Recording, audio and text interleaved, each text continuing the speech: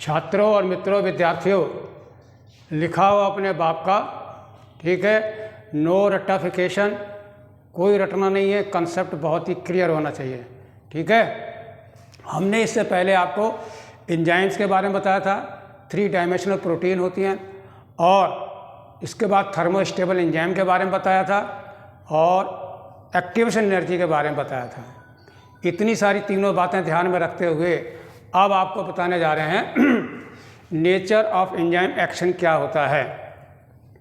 आपने देखा होगा कि क्लास में जब आप बैठे होते हो और टीचर नहीं होता है तो आप बिल्कुल आराम से बातें कर रहे होते हो, ठीक है। लेकिन जैसे ही टीचर अंदर आ जाता है तो वो एक कैटलिस्ट है, आपकी एक्टिविटी जो है वो कंट्रोल कौन करता है? एंजाइम के रूप में टीचर करता है। यही चीज़ आपके जो एंजाइम के 3 डायमेंशनल प्रोटीन है, जैसे ही सबस्ट्रेट इसके संपर्क में आता है तो ध्यान रखिएगा, सबस्ट्रेट जो है वो हमेशा एक्टिव साइट पर बाइंड करता है।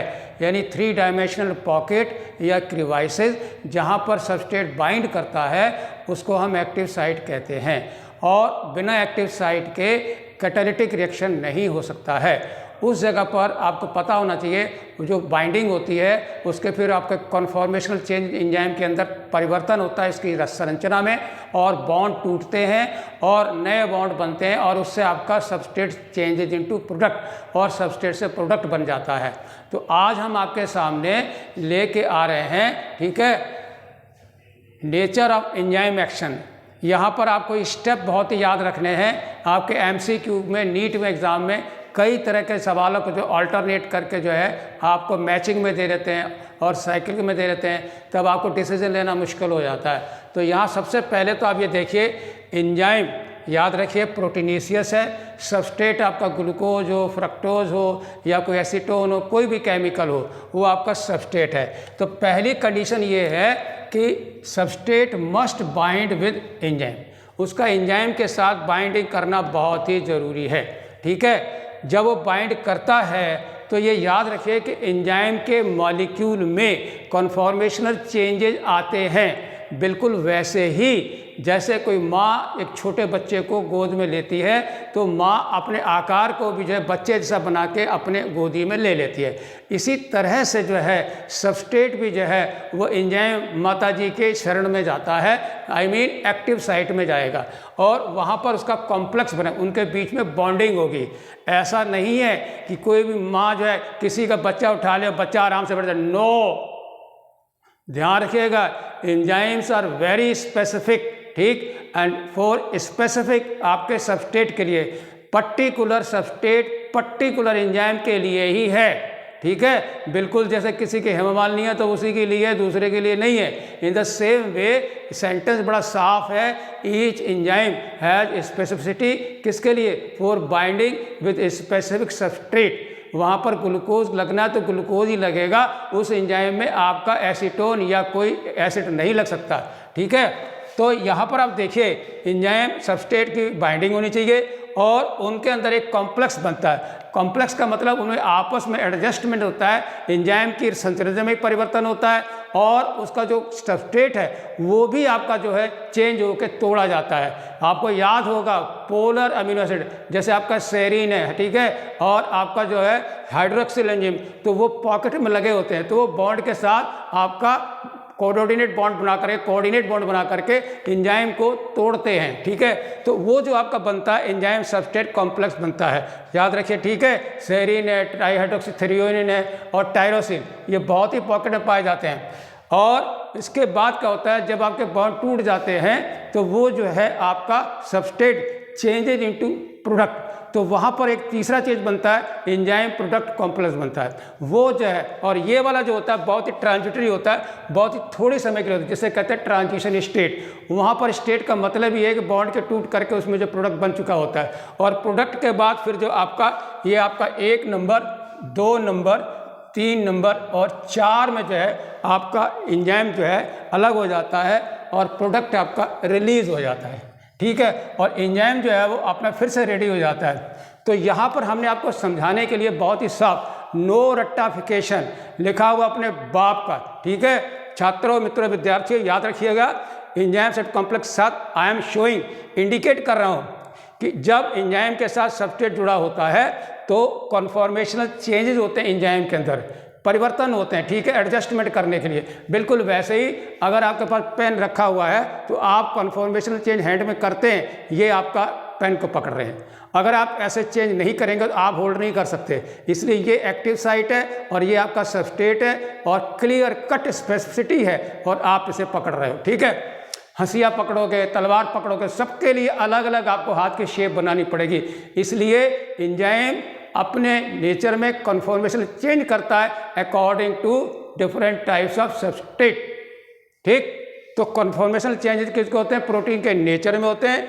और breaking of the bond, bond आपके टूटते हैं और ये बहुत ही शॉर्ट लिव्ड स्टेज होती है, ठीक है, और वो आपका सबस्ट्रेट टूट करके प्रोडक्ट में बदल जाता है।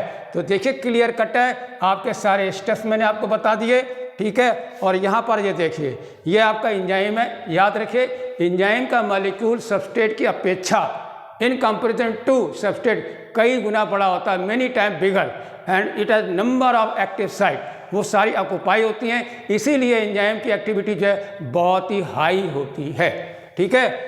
Now see enzyme, this is the active 3 dimensional pocket, active site है आपकी, ठीक है, और उसके ऊपर सबस्ट्रेट लगा हुआ होता है। तो जैसी एक्टिव साइट, जैसा सबस्ट्रेट की शेप होगी उसी तरह से एक्टिव साइट भी अपनी शेप बनाता है। तो यहाँ पर देखिए आपके सारे स्टेप क्लियर हो जाते हैं। 1 आपका नंबर 1 मस्ट बाइंड, जुड़ना चाहिए, आपको भी अपनी किताब के साथ जुड़ना है। बैठिए, फिर पढ़िए, कॉम्प्लेक्स बनाइए, फिर नोट करिए और फिर आगे बढ़िए। और ये आपका 2 नंबर और ये आपका 3 नंबर और 4 नंबर, ऑलवेज रिमेंबर इस सीक्वेंस में बनते हैं, ठीक है। और सारे चीज़ आपको बता दी। अब हम आपको लेके आ रहे हैं 2024 में क्वेश्चन पूरा आया है, ठीक, जिसे कहते हैं कैटालिटिक साइकिल। कैटालिटिक साइकिल जो है 2 लोगों की बातचीत है, एंजाइम की और सबस्ट्रेट की। एंजाइम के साथ सबस्ट्रेट का जुड़ना और उसके कन्फॉर्मेशन में चेंज आना और बॉन्ड्स का टूटना, और उसके बाद एंजाइम सबस्ट्रेट कॉम्प्लेक्स के बाद एंजाइम प्रोडक्ट कॉम्प्लेक्स बनना, और उसके बाद प्रोडक्ट का रिलीज होना और एंजाइम फिर से जो है किसी दूसरे सबस्ट्रेट के साथ बाइंड करने के लिए तैयार है। नाउ लेट अस सी, हम लोग देखते हैं कि किस तरह से 2024 में आपके एट रैंडम ये सीक्वेंस दिए गए थे और उसमें जो है ABCD और आपको बताना था कि करेक्ट सीक्वेंस क्या है। और मैंने यहाँ पर आपके सारे सीक्वेंस में स्टेप शो कर दिए हैं, जरा उन पर गौर फरमाइए। 2024 में स्टेप देखिए, एंजाइम है और सबस्ट्रेट लगा हुआ है, ठीक। तो निश्चित बात है ये आपकी क्या है? एक्टिव साइट है, ठीक, और ये आपका सबस्ट्रेट है, ये आपका एंजाइम है, ठीक। तो सबसे पहला फंक्शन जो है वो आपका क्या है? Substrate binding to active site, बहुत ज़रूरी है। ये हवा नहीं है, जब तक आप किताब के सामने नहीं बैठोगे और कलम से नहीं लिखोगे, लिखा हुआ अपने बाप का नहीं बनाओगे, कोई प्रोडक्ट नहीं बनेगा। छात्रों, मित्रों, विद्यार्थियों, लिखा हुआ अपने बाप का चाहे जितनी बार रिवाइज कर लिए, कोई रट्टाफिकेशन नहीं नहीं नहीं। सेकंड देखिए बी, सबस्ट्रेट एंजाइम कॉम्प्लेक्स बनता है, यानी बाइंडिंग ऑफ द सबस्ट्रेट, ये देखिए विद पेन लगा हुआ है, तो वो क्या एक कॉम्प्लेक्स बनाती है। केमिकल बॉन्ड, अब आप खुद देखिए यहाँ पर जो है हम ऐसे पकड़े हुए हैं, तो ये लगा हुआ है, लेकिन हमें कन्फॉर्मेशन चेंज करने पड़ेंगे। कैसे करने पड़ेंगे? ये देखिए, इसको तोड़ करके ऐसे करके हमें चेंज करना और तभी हम इसके साथ लिख पाएंगे, ठीक है। तो ये आपका जो है तीसरा जो है chemical bond of the substrate broken, वे टूटते हैं, कोवलेंट बॉन्ड टूटते हैं और वो अलग होते हैं, ठीक। उसके बाद क्या होता है? रिलीज ऑफ द प्रोडक्ट, ठीक है, प्रोडक्ट को अलग निकाल देते हैं और उसके बाद एंजाइम फ्री हो जाता है और वो अनदर सबस्ट्रेट के बाइंडिंग के लिए आपका तैयार होता है, ठीक है। इस तरह से आप ये याद रखेंगे अच्छी तरह से कि क्या कैटालिटिक साइकिल होती है और क्या इसका जो है नेचर ऑफ एंजाइम है। नेचर का एंजाइम क्या है? That enzymes are specific for specific substrate and they form a complex and then फिर अनदर कॉम्प्लेक्स, जिसे हम प्रोडक्ट कहते हैं, और वो रिलीज हो जाता है और फिर से जो है नए सबस्ट्रेट के साथ बाइंड करने के लिए तैयार रहता है। Thank you very much. Okay.